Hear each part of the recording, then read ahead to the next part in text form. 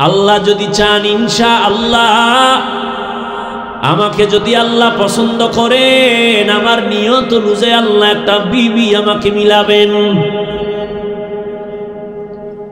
ও যুবক, ঘটনাটা ভালো করে শুনো।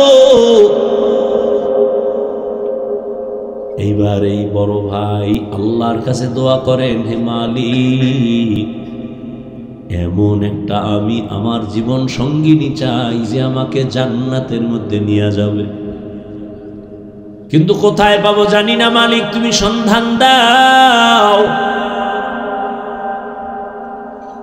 আল্লাহর বান্দা অনবরত দোয়া করে, কিন্তু পরে হঠাৎ একদিন তার এলাকার বাহিরে এলাকায় একজন আল্লাহওয়ালা আসছে, বুজুর্গ ওলি। এলাকার মানুষ সবাই দোয়ার জন্য যায়।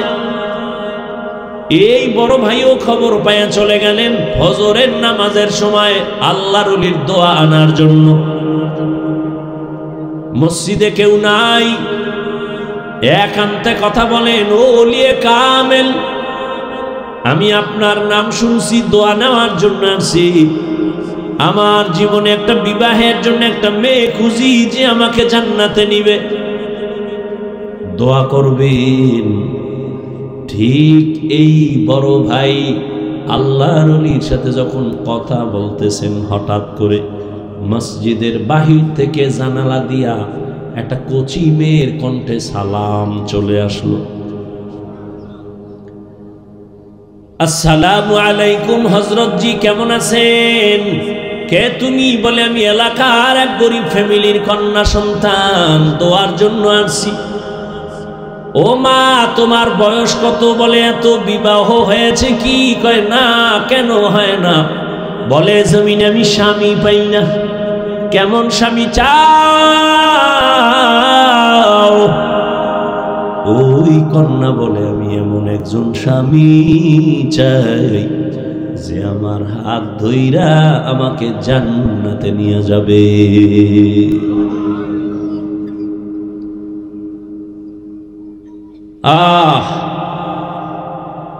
পুরুষটাই বলে এমন একজন বউ চাই যে বউ আমার হাত ধরে জান্নাতে নিবে। মেয়েটাও দোয়া করে, আল্লাহ আমি একজন স্বামী চাই যে স্বামী আমার হাত ধরে আমাকে জাহান্নাম থেকে বাঁচায়া জান্নাতে নিবে। মিলছে নি? হুজুর বলে, মা আমি যদি প্রস্তাব দেই মানবানি? বলে আমি জীবনটাকে ধন্য মনে করব, আপনার প্রস্তাব আমি প্রত্যাখ্যান করব না। এবার হুজুর প্রস্তাব দিলে নেই, ভাইয়ের সাথে ওই মেয়ের বিবাহের বন্ধন হয়ে গেল। দাম্পত্য জীবন চলতেছে, স্বামী আর স্ত্রী দুজনে এক মনে এক ধ্যানে চলে। নামাজের আজান হয়েছে, নামাজে দাঁড়াও। রাতের গভীর ঘুম থেকে উঠা যায় নামাজে ডাকে, হে মালিক তুমি যদি আসমানে আইসা ডাকো আমরা কেমনে ঘুমাই? অতিও গভীর হয় রজনী যখন, নীরবে প্রভুর নাম জপিও তখন। প্রভুর করুণা যদি পাইবারে চাও, গভীর রাতে উঠে প্রভুর গুণগান গাও। দাম্পত্য জীবন চলতেছে, এক হাতে তালি বাজেনি, কথা হয় না, ঘুমায়। এক হাতে তালি বাজে না, বিনা বাতাসে পানি নড়াচড়া করে না। স্বামী আর স্ত্রী এক মনের না হইলে ওই সংসারে ফুলের বাগানে ফুল ফোটে না। মাওলায় মিলাই দিছেন দুইজনে। দুনিয়ার সব একদিক, নামাজ আজান হয়ে গেছে, নামাজ কাজা করা যাবে না। ফজরের নামাজে হাজির, দোয়া করে, নামাজ পড়ে, তাসবিহ পড়ে আল্লাহকে ডাকে। এই দুই স্বামী আর স্ত্রীর মাঝে কান্নার মধ্যে একটা নেক দোয়া ছিল, রব্বি হাবলি মিন লাদুনকা যুররিয়াতান তাইয়্যিবাতান ইন্নাকা সামিউদ দুআ। ও আল্লাহ, তুমি আমাদের মিলাইছো, এখন আমাদের জীবনে একটা চাহিদা, তুমি একটা নেককার সন্তান দিও। কি সন্তান? ডাক্তার তো আছে অনেক, তবে আদর্শবান ডাক্তারের অভাব। সন্তান আছে অনেক, নেককার সন্তানের অভাব। আপনাদের এলাকায় গরু আছে অনেক, তবে জান্নাতি গরুর অভাব। মুসা নবীর সাথে যেই গরুটার সম্পর্ক, এটা আল্লাহর জান্নাতে যাবে। আপনাদের এলাকায় পিপিলিকা আছে, অভাব নাই, সারা দুনিয়ায় পিপিলিকা, তবে ধন্য পিপিলিকা তো সুলাইমান নবীর সাথে পিপিলিকা জান্নাতে যাবে। স্বামী আর স্ত্রী দোয়া করে, ও পর্দার আড়ালের আম্মা জান, আপনারা তো আজকের 11টা সন্তানের হাফেজে কোরআন হইয়া মাথায় পাগড়ি দিলা, আমি হাফেজে কোরআনের মা। আপনারা তো নবীদের মায়ের মতো মা, সাহাবায়ে কেরামদের মায়ের মতো দামি মা। আপনারা তো খাদিজা রাদিয়াল্লাহু আনহার মতো নারী, ফাতেমা রাদিয়াল্লাহু আনহার মতো নারী, আয়েশা রাদিয়াল্লাহু আনহার মতো দামি নারী, ইসমাইল নবীর মা হাজেরা আলাইহা সালামের মতো দামি নারী, ঈসা নবীর মা মারিয়াম আলাইহা সালামের মতো দামি নারী। এ জমিনের চিহ্নিত বেঈমান ফেরাউন আল্লাহর জান্নাতে যাবে না, আল্লাহর সাথে চ্যালেঞ্জ দিয়া নিজের খোদা দাবি করেছে। ওই বেঈমানের ঘরে তার আপন স্ত্রীর নাম কি? ও আম্মা জানেরা, ওই বেঈমান ফেরাউনের ঘরে আসিয়া, কত বড় পাওয়ার আলা ফেরাউন, কত বড় টাকাওয়ালা, কত বড় ক্ষমতাধর, তার ঘরের স্ত্রী আসিয়া আমার আল্লাহর এমন আশেকা। রহমতের নবী বলেন, কিয়ামতে জান্নাতে আসিয়ার সাথে আমি মুহাম্মদের সাথে বিবাহ হবে। সুবহানাল্লাহ। না কেমনে আইব? সারাদিন গালি মিথ্যা যেই জবানে, গীবত জবানে, সুবহানাল্লাহ আইব কেমনে? অতল হইয়া গেছে। ফজরও পড়ে নাই, জোহর পড়ে নাই, আসর পড়ে নাই, মাগরিব পড়ে নাই, এশা পড়ে নাই, আশেকে রাসূল বয়া রইছে, ফজরেরও খবর থাকবে না।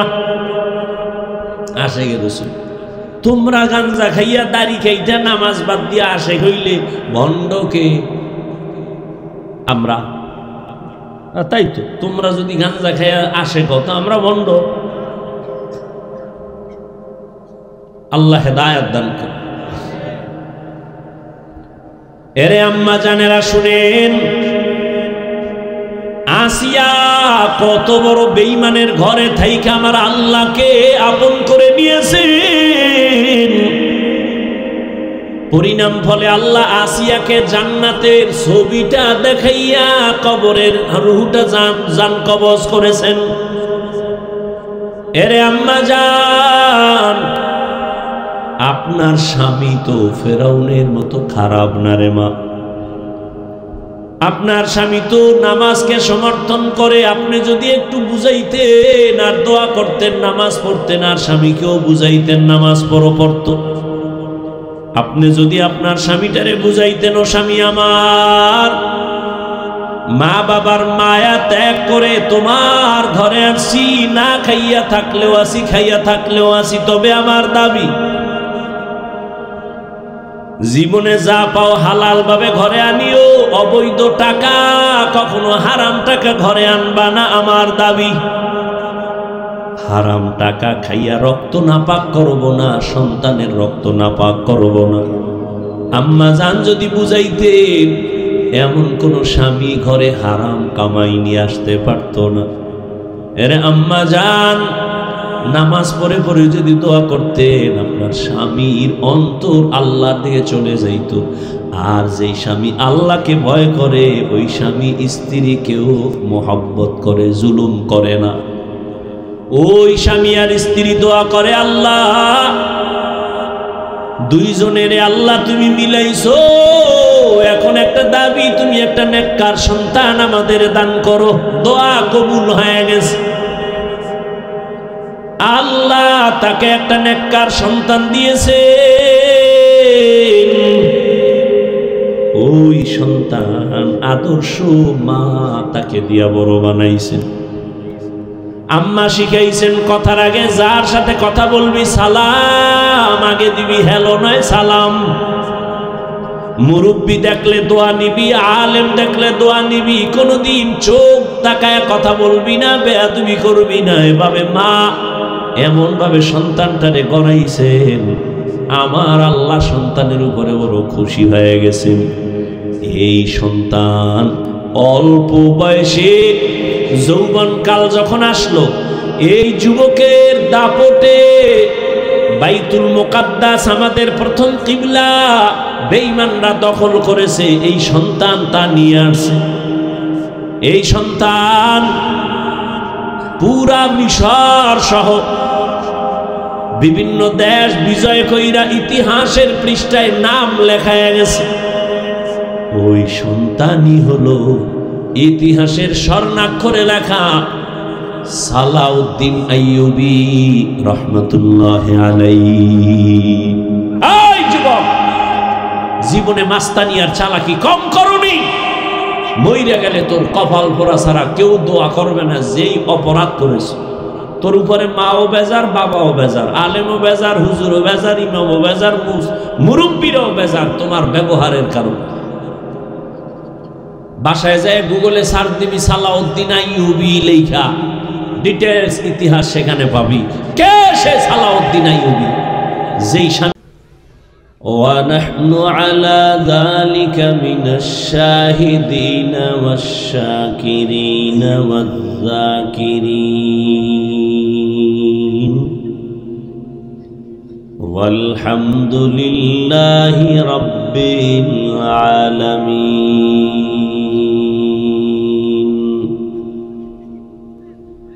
سبحانك لا علم لنا إلا ما علمتنا إنك أنت العليم الحكيم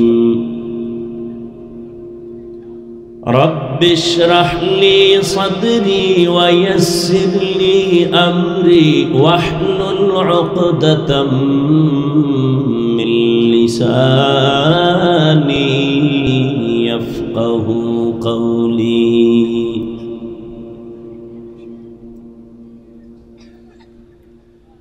मोमिन जो फिदा नक्शे कफे पाए नबी हो, मोमिन जो फिदा नक्शे कफे पाए नबी हो, ज़ीर कदम आज भी आलम का खजीना हो, ज़ीर कदम आज भी आलम का खजीना।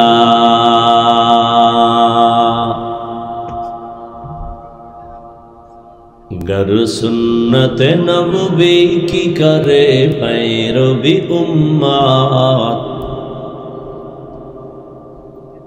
गर सुन्नत नबवी की करे पैरवी उम्मत, तूफान से निकल जाएगा फिर इसका सफीना, तूफान से निकल जाएगा फिर इसका सफीना।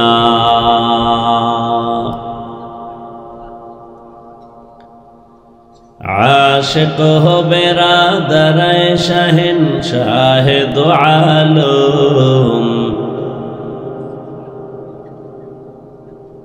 आशिक हो बिरादर शहंशाह दो आलम, मिश्को से ज़ियादा मुबारक जिसका पसीना, मिश्को से ज़ियादा मुबारक जिसका पसीना।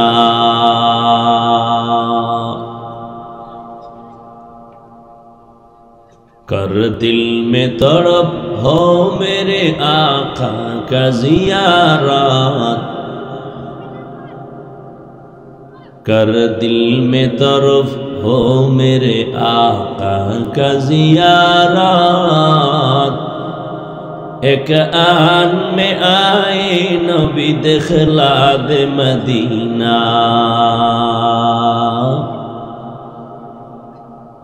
एक आन में आई नबी दिखला दे मदीना। ला इलाहा इल्लल्लाह, ला इलाहा इल्लल्लाह, ला इलाहा इल्लल्लाह, ला इलाहा इल्लल्लाह, ला इलाहा इल्लल्लाह, ला इलाहा इल्लल्लाह, ला इलाहा इल्लल्लाह, ला इलाहा इल्लल्लाह।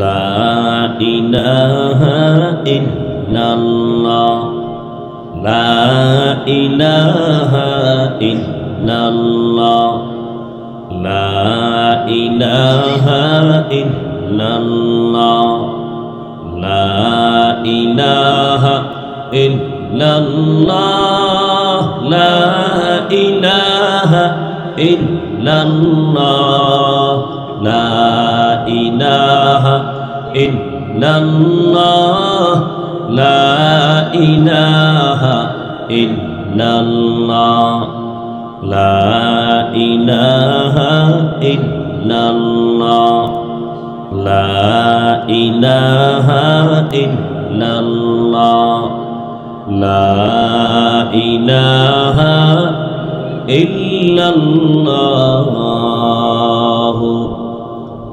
मुहम्मदुर रसूलुल्लाह।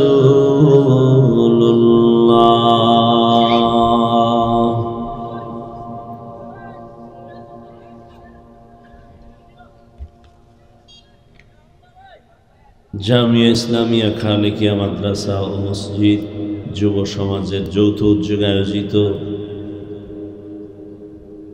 বার্ষিক তাফসীরুল কোরআন মাহফিল 18 নভেম্বর 2024। মহতি এ মাহফিলে উপস্থিত মোহতারাম সম্মানিত সভাপতি, প্রধান অতিথি, বিশেষ অতিথি বৃন্দ, হযরত উলামায়ে কেরাম,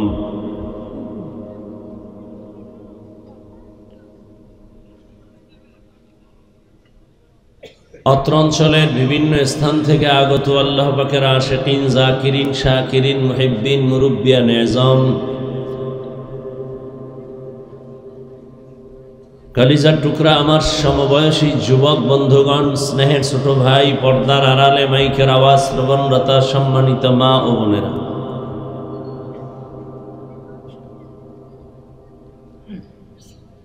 আল্লাহ পাকের দরবারে শুকর যে রব্বুল আলামিন ফিতনার যুগে হাজারো লাখো মানুষের মধ্য থেকে বাছাই করে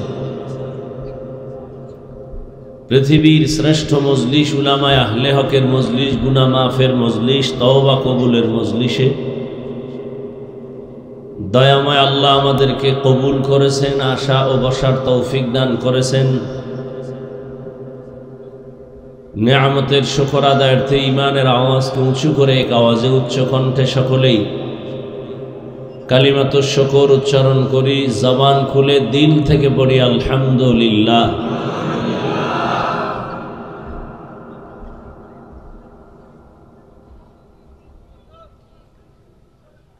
নবীনগর কি নতুন আসছি?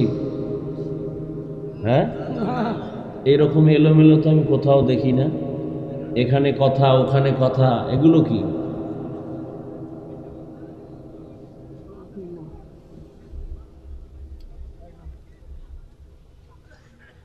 মানবতা, ভদ্রতা, সভ্যতা, এটা তো শিখার জিনিস।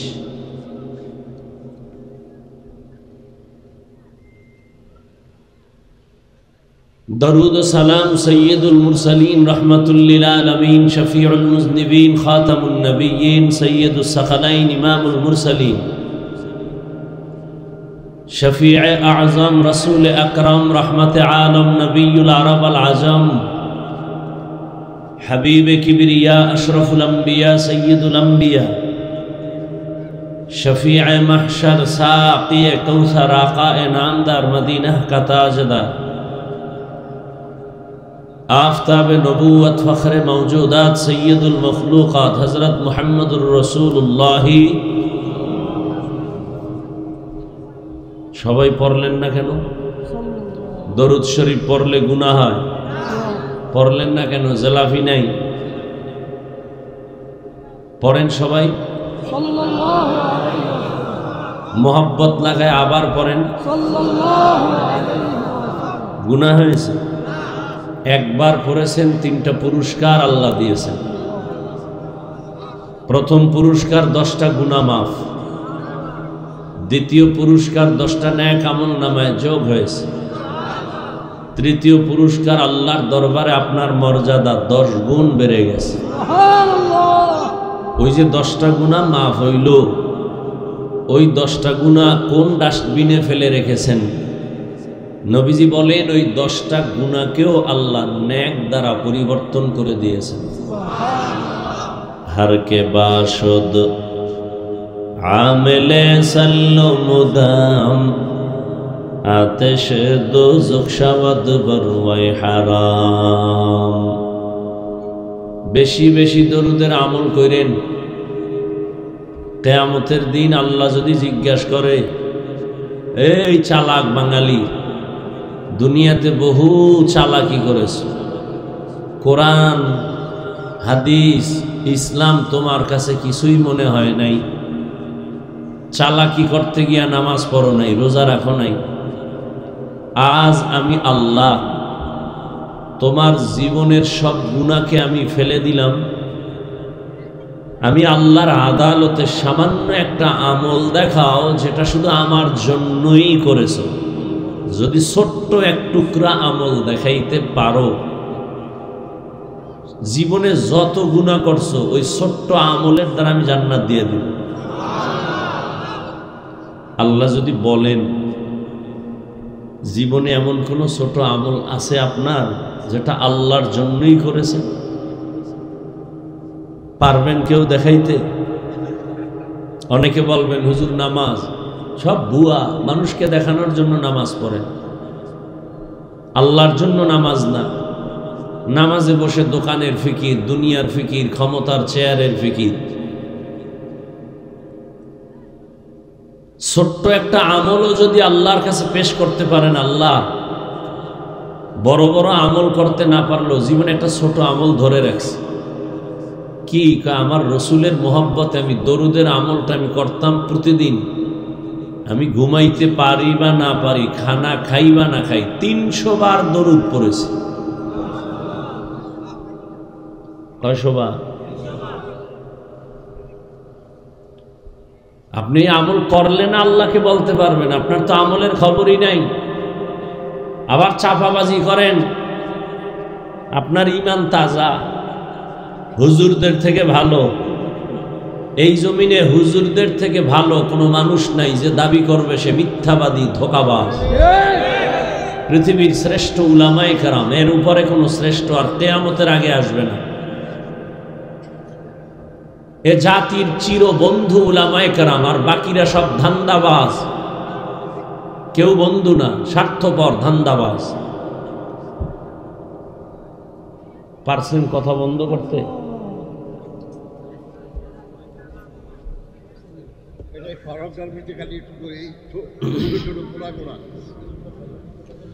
আর এক ওয়াজ চলে না, আর আকাম একটা বাজাইছেন মহিলা প্যান্ডেলে হেনে দিয়ে, কিছু নষ্ট পোলাপান আসে, মহিলা প্যান্ডেল তওয়াফ করে, এই ওয়াজ শুনতে আসে না। কারণ বছরে একদিন তো বহু তারিখ থাকে, এই দিন মোলাকাতে মার্কেটে ঘুরবে আর তাজা তাজা কবিরা গুনাহ করবে, এরকম একদল আছে ঘুরতেছে। এই ওয়াজের কিছু না, ঘুরবে ফিরবে, বাস যাওয়ার সময় একটা বেলুন কিনে নিয়ে যাবে। বলবে ওয়াজের থেকে কি নিয়ে আইছো? মোনাজাতে বেলুন কবুল করে নিয়ে আইছি। কপাল পরা, হাসিয়েন না। আমি তো খুব কষ্ট নিয়ে বলতেছি, দুঃখ নিয়ে বলতেছি। যদি আপনাকে পাও দুইটা ধরলে দিনের পথে আসতেন। এইভাবে একটা দিলের তামান্না নিয়ে কথাগুলো বলতেছি, আমি তো হাসির কথা বলি নাই। যদি বিবেক দিয়া চিন্তা করতেন তো চোখে পানি আসত যে মুসলমান রসুলের উম্মত হই আমরা এত খারাপ কেন? আল্লাহ হেদায়াত দান করুন। একটা পয়েন্ট বলবো, মনে রাখবেন, কিছু কিছু পয়েন্ট বলবো, ভালো করে স্মরণ রাখবেন। পারলে কালকে কম্পিউটারে লিখে একটা বড় পেস্টুন বানায় বাধাই করে বাসায় রেখে দিবেন। কিছু কিছু কথা বলবেন, লিখে রাখবেন।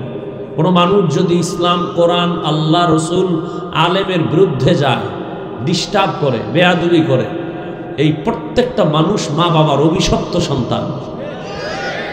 একটাও মাতা পিতার আদরের সন্তান না, সবগুলো বেয়াদব। এই বাংলাদেশে যত ঝামেলা হচ্ছে শুধু আলেমদের সাথে বেয়াদবির কারণে। কারণ কিয়ামত পর্যন্ত আর নবী আসবেন না, সাহাবায়ে কেরাম আসবেন না, আউলিয়ায়ে কেরাম আসবেন না। কিয়ামত পর্যন্ত এই জাতিকে জান্নাতের পথ দেখাবে একমাত্র উলামায়ে কেরাম। গভীর ষড়যন্ত্র, আন্তর্জাতিকভাবে সমস্ত বেঈমান এক হয়েছে। মাদ্রাসা বন্ধ করো বলা যাবে না, মসজিদের মাইক বন্ধ করো বলা যাবে না। তো ভিডা কি করতে হবে? আলেমের দোষ বলা শুরু করো। মানুষের অন্তরে যখন আলেমের প্রতি ঘৃণা আসবে তখন আর আলেমের ওয়াজ শুনবে না। যখন আলেম আর ওয়াজ শুনাইতে পারবে না, মানুষ থাকবে না, তখন ইসলামের বাতি নিভে যাবে। এটা গভীর ষড়যন্ত্র, আলেম থেকে উম্মতকে আলাদা করা।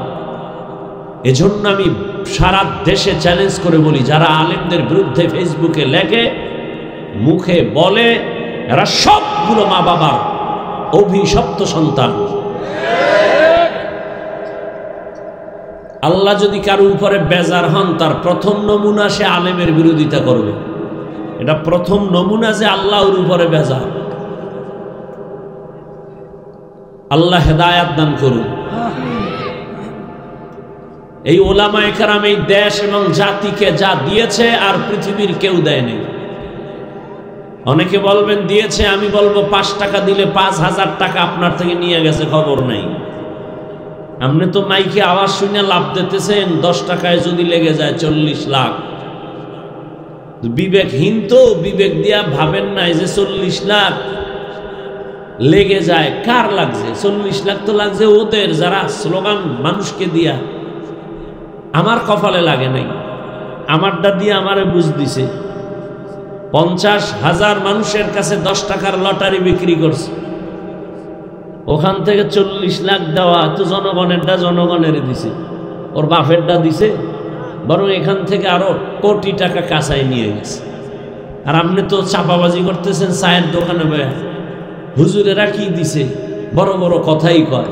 হুজুরেরা যা দিছে আল্লাহর কসম পৃথিবীর কেউ তা দেয় নাই। দুনিয়ার সব ধান্দাবাজ আর চান্দাবাজ, একমাত্র উলামায়ে কেরাম আপনাদের একনিষ্ঠ কলিজার বন্ধু, নিঃস্বার্থ বন্ধু। আর কেউ আপনাদের আপন বন্ধু নাই, সব স্বার্থপর। আমার কথার কাউন্টারে কারো প্রশ্ন থাকলে দাঁড়াও। আমি চ্যালেঞ্জ দিচ্ছি, উলামায়ে কেরাম ছাড়া আপন বন্ধু দুনিয়ায় কেউ নাই, সব স্বার্থপর।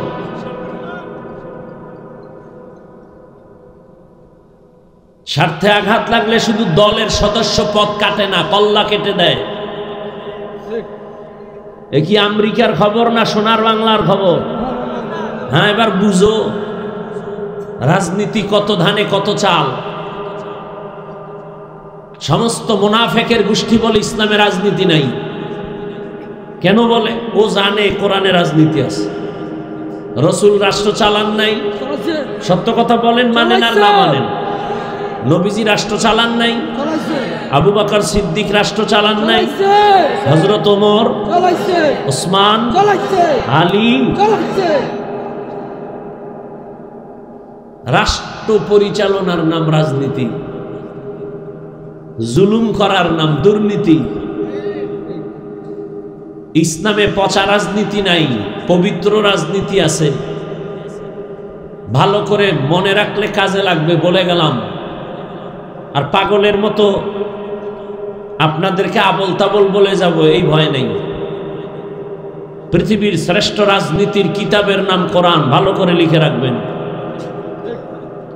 পৃথিবীর শ্রেষ্ঠ রাজনীতির শিক্ষক আমার রসুল। রাজনীতি শিখায় গেছে পৃথিবীর প্রত্যেকটা মানুষকে। পৃথিবীর শ্রেষ্ঠ রাজনীতির পার্লামেন্ট মসজিদে নববী।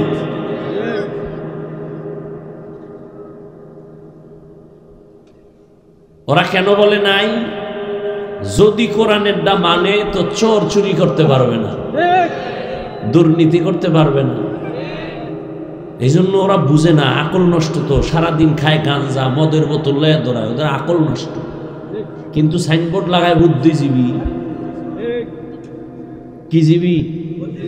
আমি বলি জীবী কত, অন না ফোর? কহে অন জীবী ছিল, হ্যাং হয়ে গেছে। আল্লাহ হেদায়াত দান করুন। নবীনগরের মুসলমান নাকে তেল লাগায় ঘুমায়, দেশ স্বাধীন। আর ঢাকার শহরে মা বোনেরা সাংবাদিক সম্মেলন করে, আমগো দেহ ব্যবসার অধিকার ফেরত চাই।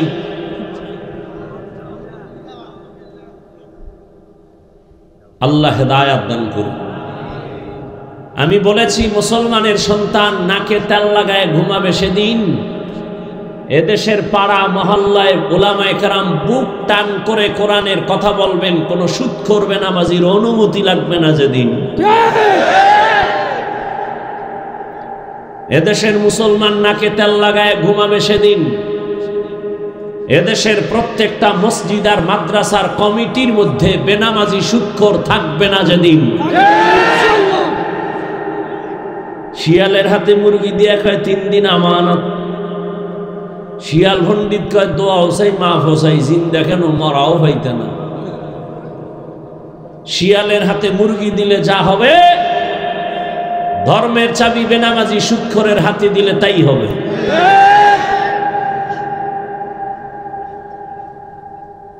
গতকাল গাজীপুরে বয়ান করেছি, বলেছি যারা কোরআনের মাহফিল মাদ্রাসা মসজিদে হাত ঢুকাবে, কোনো নাস্তিক কোনো মুনাফেক, প্রশাসনের হোক আর কোনো নেতা হোক, নাম লিস্টি করে আমাদের হাতে দাও, আবার আন্দোলন হবে জালেমের বিরুদ্ধে।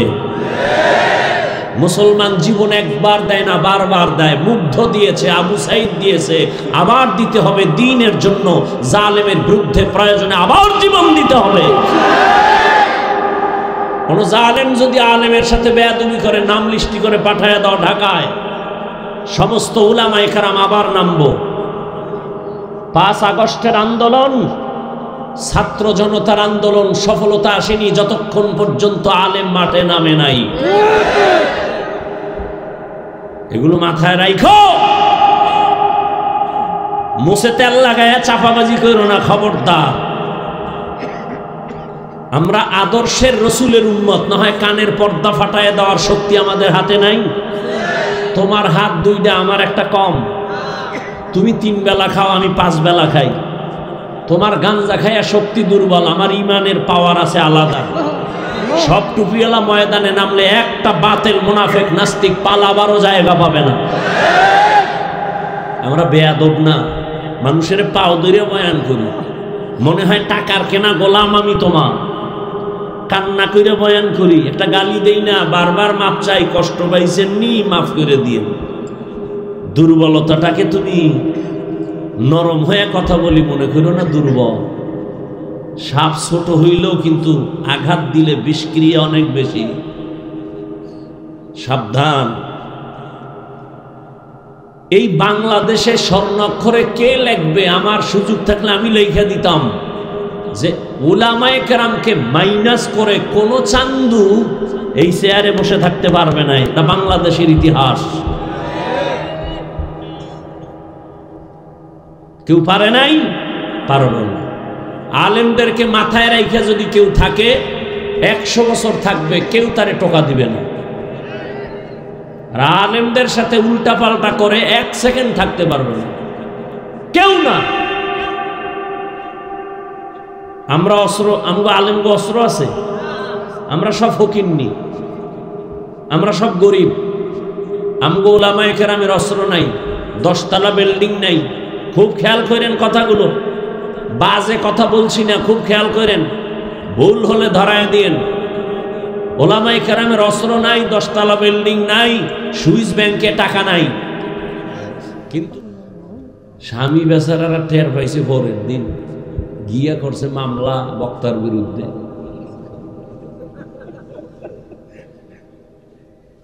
বহু আগের কথা, আমি সে স্টেজে ছিলাম, তবে বক্তা হিসেবে ছিলাম না, শ্রোতা হিসেবে ছিলাম, ছাত্র ছিলাম তখন। ওই বক্তা এখন আছে না মারা গেছে তাও বলতে পারে, খুব মজার বয়ান করতে। আল্লাহ সবাই সব গুণ দেয় না। তো যাই হোক, আমার পিরোজপুরে আজকে মামলার হাজিরা ছিল। আমার কিছু কলিজার বন্ধু আছে, এরা সবসময় আমাকে আঘাত করতে থাকে, আর আমি খুব আরাম পাই, শান্তি পাই। কারণ জোয়ারের পানিতে বাদ না দিলে পানির শক্তি বাড়ে না। বাতেলরা আমগো বিরোধিতা না করলে আমগো সম্মান বাড়ে না। কাউকে যদি তুমি উপরে উঠাইতে চাও, বিরোধিতা করো, খালি বিরোধিতা করো, দেখবা ধুমধাম উপরে উঠে গেছে। চরমনাই এত উপরে কেন? শত্রুদের শত্রুতামির কারণে। কওমি মাদ্রাসা এত কম না বেশি? একমাত্র দুশ্মনী করার কারণে। এই বাতেলরা যদি বিরোধিতা না করতো, মানুষ এত জানতো না। এটা নতুন না, পুরান দোষ। আবু জাহিল্লা মক্কায় ঘুরে আর কয় মোহাম্মদের নাম হুজুনি কহ, কয় পাগল হয়ে গেছে। যারা জীবনে যায় না হেরা খায় এত প্রশংসার মানুষ পাগল, এক নজর দেখি, দেখতে গিয়ে খায় কালেমা পড়ো। এ তাবিজ তো এই সময়ের তাবিজ। কেউরি উপরে উঠাইতে চাইলে বিরোধিতা করো। আল্লাহ হেদায়াত দান করুন। তো বলছিলাম, মোহতামিম সাহেব, হাফেজ কারি মোহাম্মদ সাদুল্লাহ ভাই অনেক প্রচেষ্টা করে প্রোগ্রাম নিছেন, তাও 2-3 বার বোধহয় পাল্টাইছি তারিখ, যে এটা হবে না অন্যটা। তো আজকে বলছি আসা হবে না, কারণ ঝামেলা মাথার উপরে। তো আল্লাহ নিয়ে আসছেন, আলহামদুলিল্লাহ, টাইম মতোই আসছে।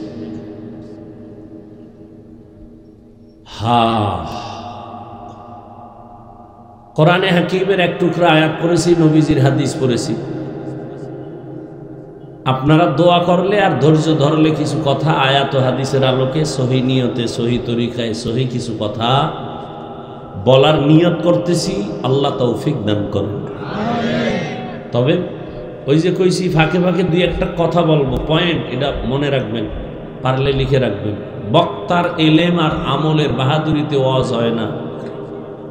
বক্তার বয়ান ভালো হওয়া না হওয়া সব নির্ভর করে শ্রোতাদের অন্তরের মোহাব্বত আর আকর্ষণের উপর। মানে আপনাদের অন্তরের মোহাব্বত কেমন আর আকর্ষণ কেমন জানি না, বয়ানে প্রমাণ হবে। কারণ আমি বাসার থেকে নির্দিষ্ট করে আসি নাই যে আজকে এখানে এই বয়ানটা করব। রাস্তায় ইফতারি করছি, বাসায় এসে মাগরিবের শেষ টাইমে মাগরিব পড়ে আবার এদিকে দৌড়। সবাই রসুলের আশেক, সাফার জন্য চেহারার দিয়ে তাকাইলে মনে হয় রসুলের সাথে বহুদিন ধরে ঝগড়া। নবী কয় টুপি কর, পর কয় বয়স হয় নাই। নবী বলে দাড়ি লম্বা কর, কয় এখনো বিয়ে করি নেই। তাহলে কি আশেক না দুশ্মন? রসুল সপ্তাহের সোমবার বৃহস্পতিবার রোজা রাখতেন, ও আশেক তুমি রাখো না কেন? খালি খাইতেই দাও, গরুর মতো হাঁটো আর ছাটো।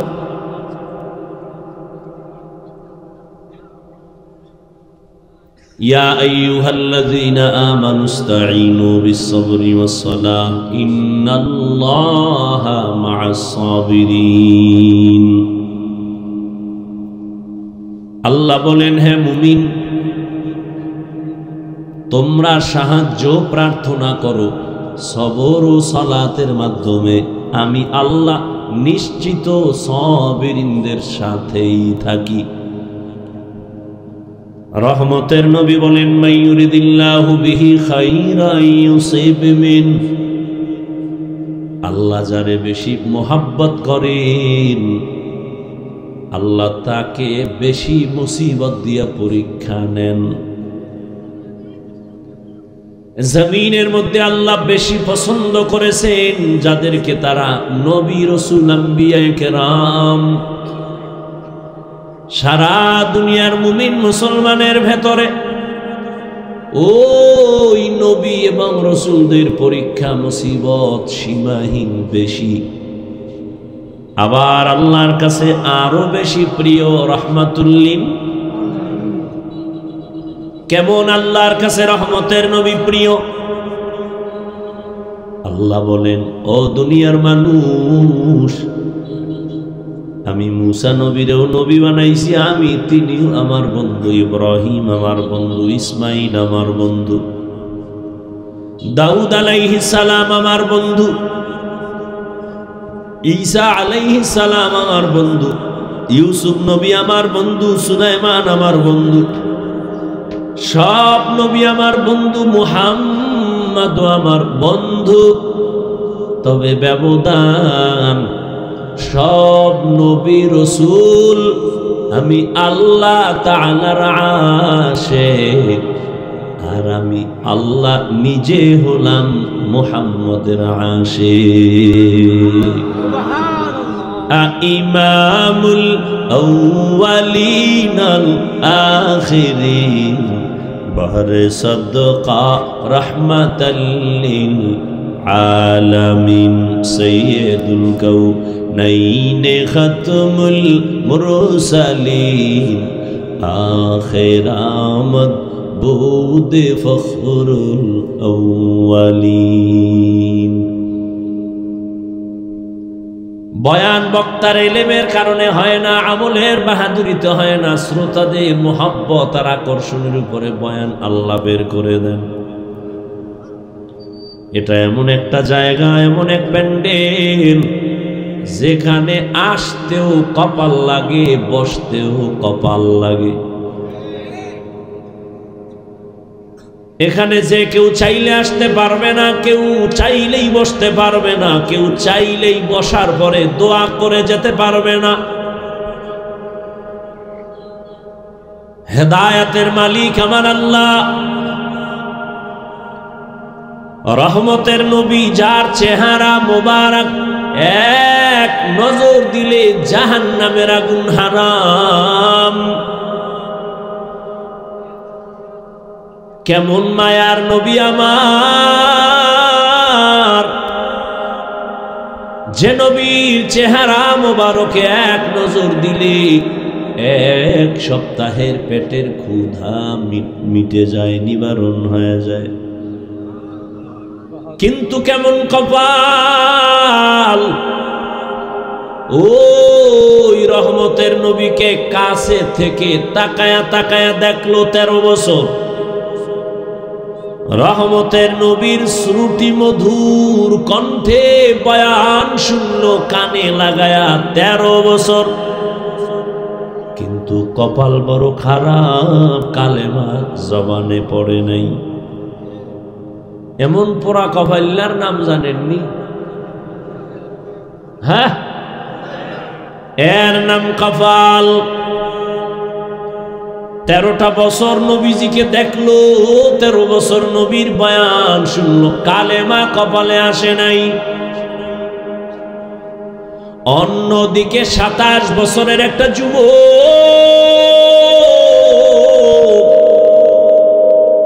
তরবারি নিয়ে যায় আমার নবীকে জবাই করার জন্য।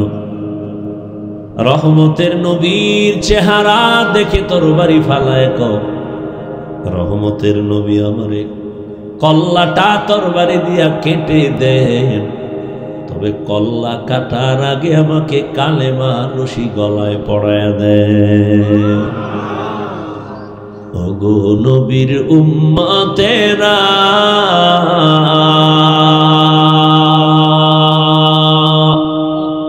হয়ে আজি দিশাহারা,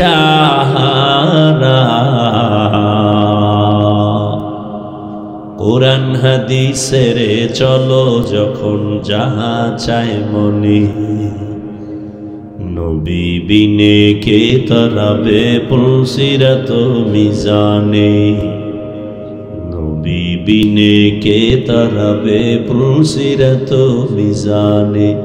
চলো চলো চলো মুমিন চলো নবীর সন্ধানে, নবী বিনে কে তরাবে পুলসিরাত মিজানে, নবী বিনে কে তরাবে পুলসিরাত মিজানে। খারাপ লাগে উম্মতের কান্ডারি নবী,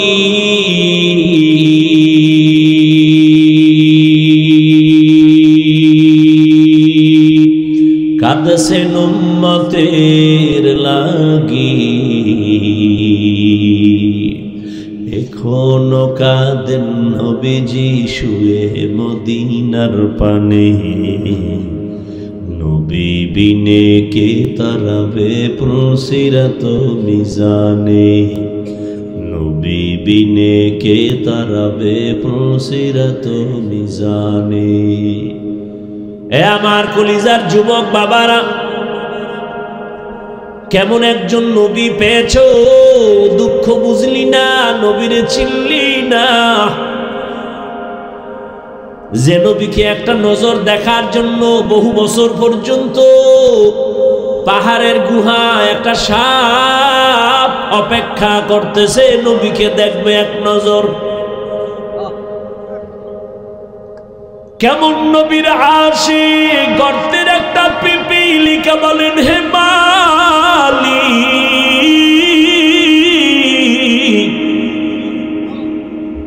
এক নজর আমাকে তোমার কাবা দেখাও, রহমতের নবীর রওজা একটু দেখাও। আমার রব ডেকে বলে, এরে মক্কার কবুতর, অমুক এলাকায় যাও, গর্তের পিপিলিকা পায়ের সাথে বাজাইয়া মক্কা মদিনা দেখায় জাগায় দিয়ে আসো। রহমতের নবী খেজুর গাছের সাথে টেক লাগায়া খুতবা দেন, মরা খেজুর গাছ। সাহাবায়ে কেরাম বলেন, নতুন একটা মিম্বর বানায় খুতবা পড়েন, এটাকে বাদ দেন। রহমতের নবী যখন মনস্থ করলেন এটা বাদ দিবেন, মানুষ যেমন কান্না করলে আওয়াজ হয়, মরা খেজুর গাছ তেমন কান্না শুরু করেছে। সাহাবায়ে কেরাম বলেন, ইয়া রাসূলুল্লাহ, মরা খেজুর গাছ মানুষের মতো কান্না করে, আওয়াজ শুনি। নবী বলে, চলো, নবীও দেখে কান্নার আওয়াজ। রহমতের নবী বলেন, ও মরা খেজুর গাছ, কি চাও? আমি কি দোয়া করব তাজা হয়ে যাবি, খেজুর হবে, মানুষ খাইয়া শুকর আদায় করবে? কয় না। তো কান্না কেন করো বলো? খেজুর গাছ বলে, ইয়া রাসূলুল্লাহ, আপনার বিরহের বেদনায় কান্না করি। এতদিন আপনার শরীরের ছোঁয়া পাইছি, হঠাৎ শুনতেছি নাকি আপনি আমাকে বাদ দিয়ে দিবেন। আপনার বরকতের ছোঁয়া না পাইলে আমার কান্নার আওয়াজ। ও খেজুর গাছ, সর্বশেষ তুমি কি চাও? খেজুর গাছ বলেন, নবী এখানে আমার মানুষের মতো জানাজা পড়াবেন, আর এখানে আমাকে দাফন করে রাখবেন। কিয়ামতের দিন আমি আপনার সাথে জান্নাতে থাকতে চাই। উস্তুনে হান্না না আজ হাজরে রসুল, নালামি জাদ হাম চুয়ার বাবু। রহমতের নবীর পিপিলিকায় চিনল, সাপ চিনল, দুনিয়ার সব মাখলুকাত চিনল, কপাল পরা মানুষ আমরা চিনলাম না। নেতার জন্য জীবন দিছরে যুবক, কেন? কয় নেতা আমারে টাকা দেয়, আমারে পোশাক দেয়, আমারে চাকরি দেয়।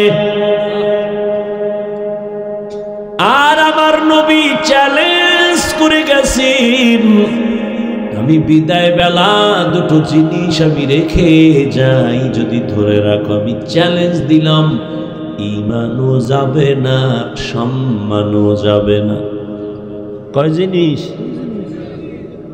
আমি কিন্তু মোনাজাত দিয়ে ফেলাম বাবা, কানলেও কাম হইতো না, যদি হাত দুইটা উঠাইয়েই ফেলাই শেষ। আর আগামী বছর বাঁচবো কিনা, আসবো কিনা সেটা পরের চিন্তা।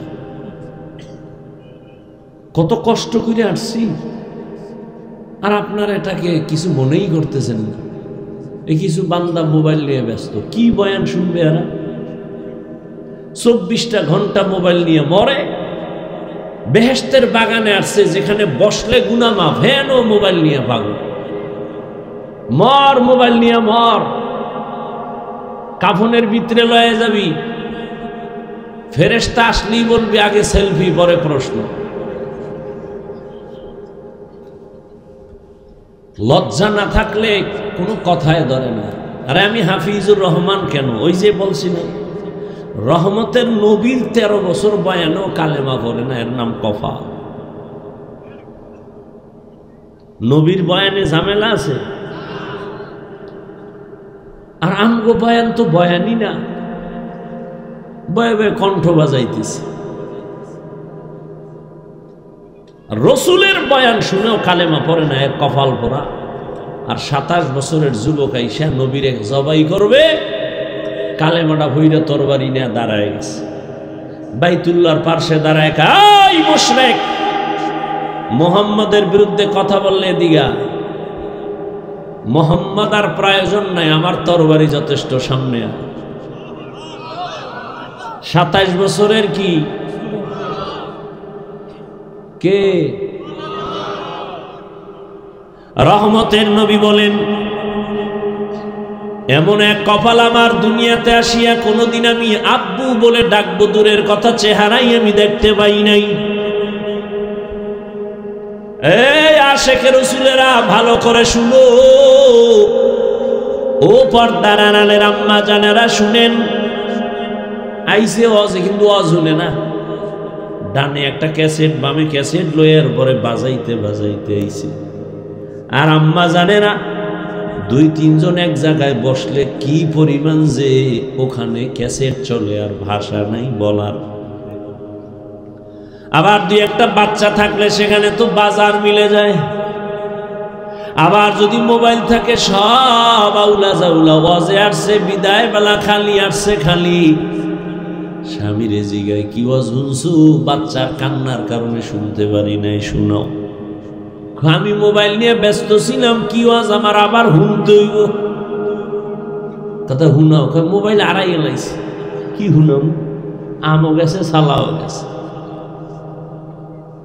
রহমতের নবী বলেন, আমি আব্বা বলে ডাকবো, দূরের কথা বাবার চেহারা দেখি নাই। 6 বছরে মা হারায় ফেললাম। চতুর্দিকে আমার দুশমন আমাকে হত্যা করার জন্য আমাকে বারবার আক্রমণ করে, আমার পথে কাঁটা দেয়। ঠিক আমি মুহাম্মদ যদি মোনাজাত দিয়ে বলতাম, হে মালিক, উহুদের পাহাড় স্বর্ণ বানায় দাও, রব আমারে স্বর্ণ বানায় দিতেন। কিন্তু আমি বলি নাই, আমি গরিবী হালাত চাইছি আর দোয়া করছি, হে আল্লাহ আমারে গরিবী হালাতে রাখিও, গরিবী হালাতে মরণ দিও, কিয়ামতের দিন গরিবের সাথে হাসর করাইও। এ জমিনের গরিব, বড় লোকের বাড়ি গাড়ি দেখা পাগল হইয়া আফসুস করিস না। রহমতের নবী বলেন, আমি মুহাম্মদ বলে গেলাম, কিয়ামতের দিন ওই বাড়ি গাড়ি টাকাওয়ালার 500 বছর আগে গরিব জান্নাতে চলে যাবি। কোন গরিব? যে গাঁজা খায়। আমার দেশে গরিব নেই গাঁজা খায়। এই কয় হুজুর যাকাত দেন, ধনী লোকের কয় সাহেব কিছু দেন, গরিব মানুষ দিছে গিয়ে হেদি গাঁজা খায়। আল্লাহ হেদায়েত দান করুন। শুনো যুবকেরা, আমি কি কথাটা টানতেছি। রহমতের নবী বলেন, আমি দোয়া করলে উহুদ পাহাড় সর নয়, আর সেই ব্যক্তি আমি পেটে পাথর বাইদা ক্ষুধার কারণে কাজ করতেছি, আর তুমি টাকা পাওয়ার জন্য আল্লাহ মানো না, নবী মানো না, পর্দা লঙ্ঘন করো, আবার শ্বশুর বাড়ি থেকে পচা পায়খানা নামের যৌতুক এলাকায় নাই। এটি এখন জিন্দা রাখছেন কেন? কচু গাছের সাথে বেঁধে নেন। যারা যৌতুক নেয় দেয়, যারা সহযোগিতা করে, সবাই ডাকাত, সবাই জালেম। আপনি ঠিক বললে ঠিক হবে, এর আগে হবে না। ইসলাম বলছে হারাম। এরা নারীর দুশ্মন। যদি কয় বাবা হইয়া মাইয়ার পক্ষে যৌতুক দিবে, বাবাও জালেম। এই ঘরের সংসার কোনোদিন শান্তির হবে না, ভালো সন্তান ওই সংসারে আসবে না। এরে পর্দার আড়ালের আম্মা জান, ধন্য আপনার জীবন। আজ 11টা সন্তানের মাথায় পাগড়ি দিলাম, কোরআনে হাফেজ। খবর নিয়ে দেখেন ওদের মা বাবার মতো ঈদের আনন্দে আজ আর কেউ নাই।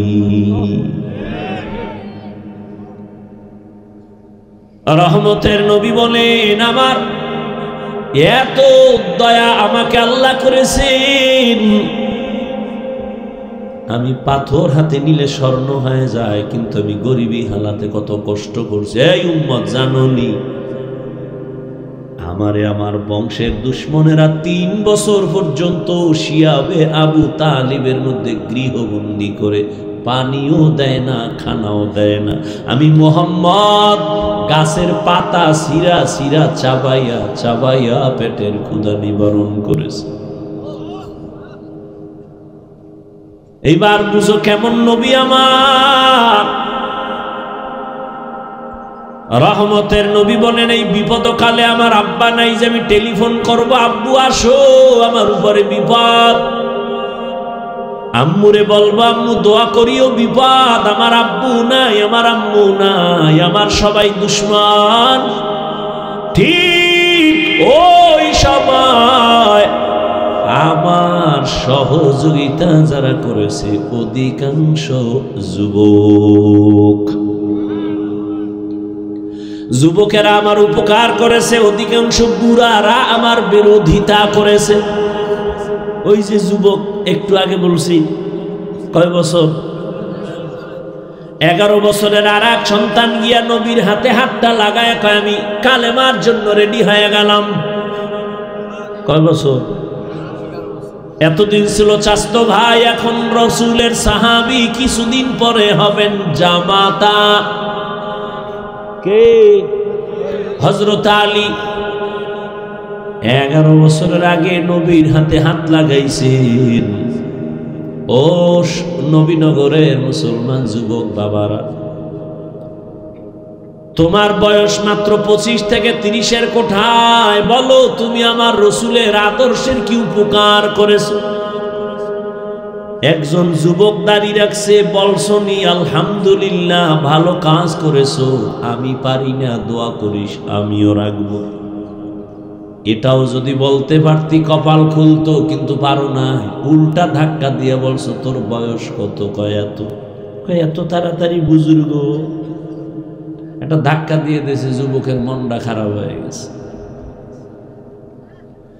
রহমতের নবী বলেন, যুবক আমার উপকার করেছে, বুড়ারা বিরোধিতা করেছে। রহমতের নবীর চিনি না রে যুবক,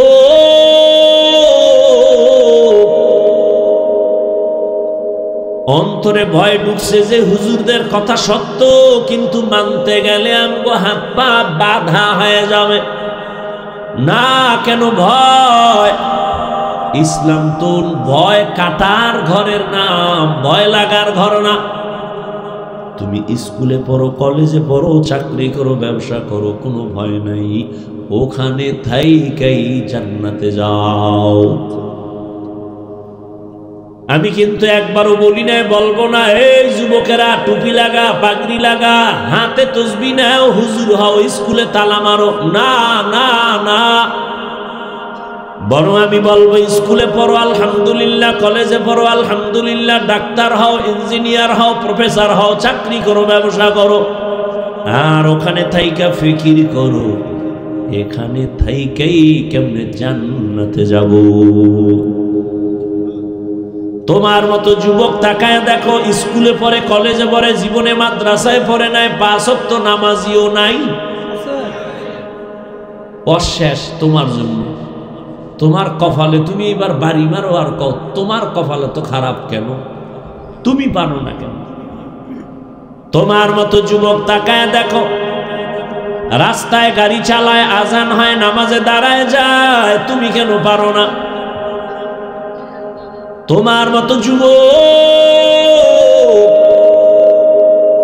র্যাব, আর্মি, পুলিশ, বিডিআরের চাকরি করে, 5 বেলার নামাজি নাই। আল্লাহ কুত্তারে বিবেক দেয় নাই, মানুষের দিছে, একটু চিন্তা করে যুবক তুমি কেন পারো না? সারা জীবন ওয়াজ শুনে লাভ কি যদি আমলের খাতা শূন্য হয়? তোমার মতো যুবক প্রফেসর, ডাক্তার, ইঞ্জিনিয়ার, 5 ওয়াক্ত নামাজি দাড়িওয়ালা আসেনি। প্রশ্ন করো তুমি কেন পারো না রে বাবা?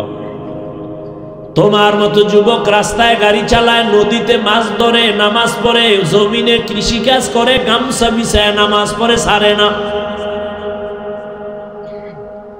বালিশে মাথা লাগাইয়া চিন্তা করিও তুমি কেন পারো না? তুমি কি আরো 50 বছর বাঁচবা গ্যারান্টি? এমন একটা দিন নাই যুবকের লাশ আর লাশ, করোনায় যুবকের লাশ, ডেঙ্গুর মধ্যে হসপিটালে যুবকের লাশ, বাসের নিচে যুবকের লাশ, পানির মধ্যে যুবকের লাশ, ঘরের ঘুমের বিছানায় যুবকের লাশ। মরণের মধ্যে শুধু যুবক যুবক যুবক মরে। বাইক নিয়ে বের হইছে আম্মু, বাজারে যাই রসুল্লাবাদ, আধা ঘন্টা পরে বন্ধুর সাথে মোলাকাত করে আসবো। 2 ঘন্টা পরে টেলিফোন আসছে, এই টেলিফোনওয়ালাকে? কয় এই টেলিফোনওয়ালার মা। তোমার স্বামী কোথায়? কই আছে? কয় দাও। স্বামীরে কয় এই মোবাইল তোমার ছেলের নি? কয় হ্যাঁ। কয় তাড়াতাড়ি লাশটা নিয়ে যাও। আজ তুমি সুস্থ বসে আছো, কালকে এই সময় তুমি সুস্থ থাকবা, বেঁচে থাকবা গ্যারান্টি? কিসের বাহাদুরি? ও যুবক, ডাক্তার হও, ইঞ্জিনিয়ার হও, প্রফেসর হও, চাকরিজীবী হও, ব্যবসায়ী হও, তবে আমার একটা দাবি, ও পর্দার আড়ালের আম্মা জানেরা, ও বৃদ্ধ বাবাজিরা, আমার দাবি একটা, সন্তানটারে ডাক্তার বানাবেন, ইঞ্জিনিয়ার বানাবেন, চাকরিজীবী বানাবেন, ব্যবসায়ী বানাবেন, প্রফেসর বানাবেন, তবে আমার এক দাবি, বেয়াদব বানাবেন না। কয় কেমন? কয় সন্তান মা বাবার সাথে বেয়াদবি করলে মরার আগে ধ্বংস। সন্তান শিক্ষকের সাথে বেয়াদবি করলে মরার আগে পঙ্গু হয়ে যাবে। এই বেটা লিখে রাখ, গাঞ্জা খায় বই নেয় চেয়ারে, লিখে রাখ, যা বলে যাই।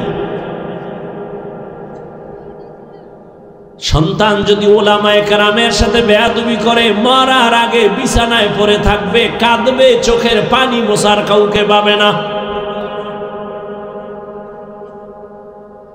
ডাক্তার হইয়া ওই ডাক্তার হইস না যে তাসনিমের মতো জুতা খায়া পালাবি।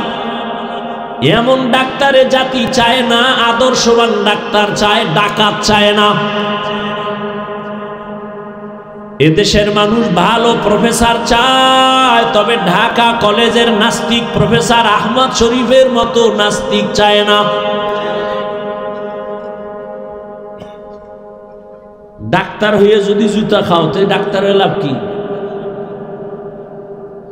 আদর্শবান ডাক্তার হও, মইরা গেলে তোমার নামে ইতিহাস লেখা হবে, কবি নজরুলের মতো মানুষ মাথায় নিয়ে স্মরণ করবে। এটা কি সম্ভব না? হ্যাঁ, সারা রাত আকাম কর মোবাইলে সম্ভব। সারা রাত মোবাইল নিয়ে কবিরা গুনা কবিরা গুনা কবিরা গুনা করে করে চেহারাটা নষ্ট করেছো। তোর তো চক্ষুই নাই, দেখবি কেমনে তোর চেহারা নষ্ট। যার কলবের চক্ষু খোলা তারা তাকাইয়া দেখতে পায় তোর রাতের অন্যায়ের ছাপ চেহারায় লেগে আছে। 40 বছর পর্যন্ত তোর চেহারা নষ্ট হবে না। কয় বছর? যা বলি লিখে রাখ, কাগজ কলম লয়ে ববি। 40 বছর পর্যন্ত তোর চেহারা নষ্ট হবে না, কোনো মেডিসিনও লাগানো লাগবে না। কিন্তু 25 বছর থেকে 30-এর মধ্যে বল, তোর চেহারায় কেন নূর নেই? তোমার চেহারার দিকে তাকাইলে কেন মায়া লাগে না? একমাত্র কারণ সারা রাত মোবাইল দিয়া গুনাহ করেছো, এ কারণে চেহারা নষ্ট হয়ে গেছে। শুধু কি তাই? হসপিটালে গিয়া দেহটা পরীক্ষা কর, দেখবি চোখের পাওয়ার গত বছরের তুলনায় অনেক পার্সেন্ট নাই। মাথা ব্যথা আগের থেকে বেড়ে গেছে, বুকে ব্যথা বেড়ে গেছে। পরীক্ষা কর। হুজুরের কথা মিথ্যা মনে করতেছো, সন্দেহ বুঝে আসে না, মানতেও কষ্ট লাগে, বাদ দে হুজুর। আজকে বাসায় যায় তোর গজবের মোবাইলটা খুইলা গুগলে সার্চ দিবি, টাচ মোবাইল চালাইলে শরীরের অঙ্গের কি ক্ষতি হয় সব ডিটেলস ওখানে চিকিৎসা বিজ্ঞানীরা তথ্য দিছে। টাচ মোবাইল চালাও, বালিশে চালায়, বালিশের পাশে রেখে ঘুমায়, মোবাইলটা ব্রাস্ট হয়ে গেছে, জায়গায় ওই লোকটাও মারা গেছে। এই মোবাইলের কারণে জীবন শেষ, যৌবন শেষ, দেহ শেষ, পুরো বডি শেষ, চরিত্র শেষ। যার জীবনের চরিত্র ভালো না, ওর জীবনটাই দুনিয়ার মধ্যে কেউ পছন্দ করে না। মানুষের জীবনের অমূল্য সম্পদ হলো সুন্দর চরিত্র, আর সেই চরিত্রটা নষ্ট করেছ। মাইয়ার সাথে কোরআন লইয়া কসম খাইছো না? আমি একটারে কই মাইয়ার সিরিয়াল কত, এটা কেমনে কম? আমি কই তোর সিরিয়াল যত, তোর সাথে যে মাইয়া কসম খাইছে ওর সিরিয়ালও তত। তুই যদি 3 মাইয়ার জীবনের উপরে হামলা কইরা 4 নাম্বার মেয়েটার সাথে কসম খাও, খোদার কসম ওই মাইয়াটাও 3টা সন্পলার সাথে ছেলের সাথে কসম খাইয়া 4 নাম্বারে তোরে ধরছে, তোরে পঙ্গু বানায় ছাড়বে।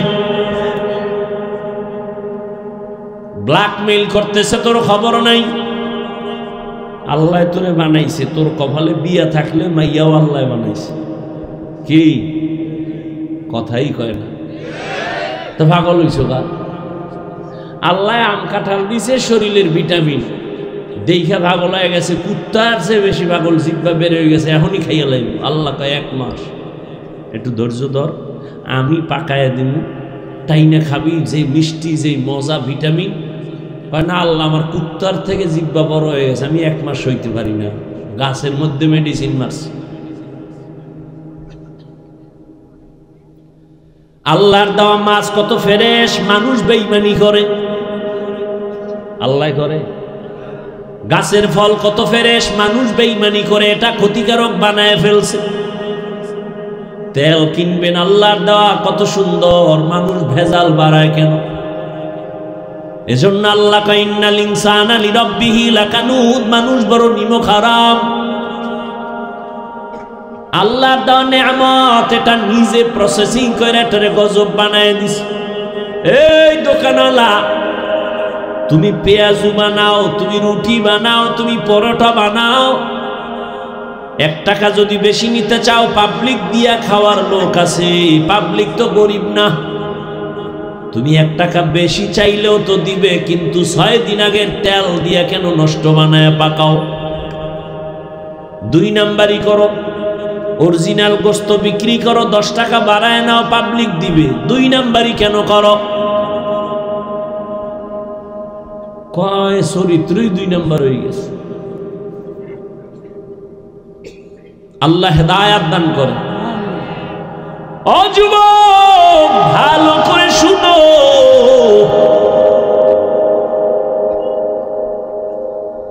আল্লাহর এক বান্দা, আমি বয়ান লইছি, একদিক যাইতেছে আর একদিক যাইতেছে, আমিও যাইতেছি, কারণ আমি আল্লাহর উপরে ভরসা করে বয়ান করি। শুরুতেই বলছি আপনাদের মোহাব্বতের উপরে বয়ান হবে, হয়তো এই কথাগুলো আপনাদের এখানে দরকার আছে বিদে আল্লাহ আমাকে বলাইতেছে, আমি তার মুখস্থ করে আসি না যে এই কথা বলবো। যেহেতু যাইতেছে আমিও যাই। আল্লাহর এক বান্দা দীর্ঘদিন বিবাহ করে না। যুবক তার ছোট ভাই বিয়া করে ফেলেছে, বড় ভাই করে না। ছোট ভাই বিবাহ কইরা একদিন ডাক দিয়া কয়, ভাইজান আপনি আমার বয়সে বড়, কেন বিবাহ করেন না? আর কসম টসম খাইছেন নি করবেন না? কয় না, আমি বিবাহ যে করব, কারে করব এরকম মেয়ে আমি পাই না। যুবকরা খেয়াল কইরো বাবা, না সাইডে দেব?